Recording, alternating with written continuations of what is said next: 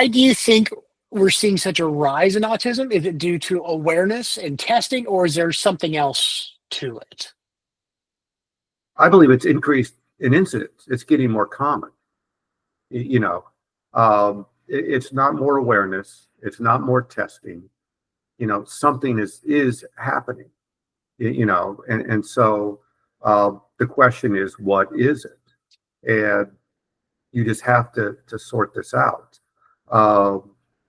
You know, there are studies out there. You know, and once again, I'm pro-choice, so to speak. You know, when it comes to vaccines, you know, vaccines do protect you from illness, but they also have potential side effects.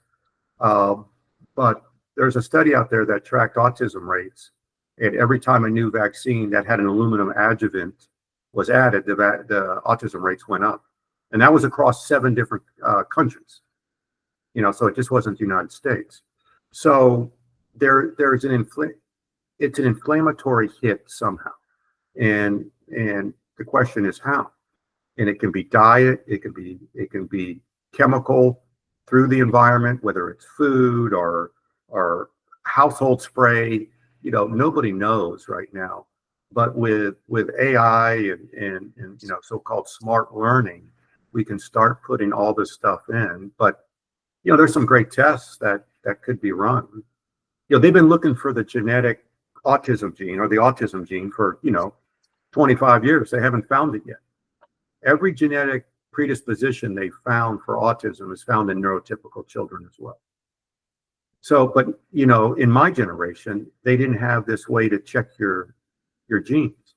It would be nice to take, I don't know, 100,000 60-year-olds and 70-year-olds and do the genetics and see if these genetic predispositions have the same incidence in our generation as it does in the new generation.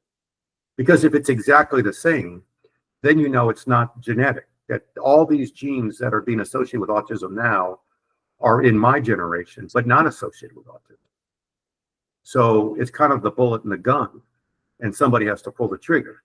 So it's going to be multifactorial, I believe. But everybody's got to keep an open mind, because it may be something that nobody's thinking about that just happens in the perinatal period. And that's why he wants to commission this study to find out what's going on, really. Correct. Because if the genetic background remains the same and it's an environmental toxin, and people don't understand the environmental toxin can be the environment of the placenta. You know, if the mother gets a urinary tract infection in the first trimester, that's a toxic hit on the baby. You know, we're not, and it's not because some company, you know, dumped sewage in the river. It's because the inflammatory markers in the mother with this infection are toxic to the baby's brain.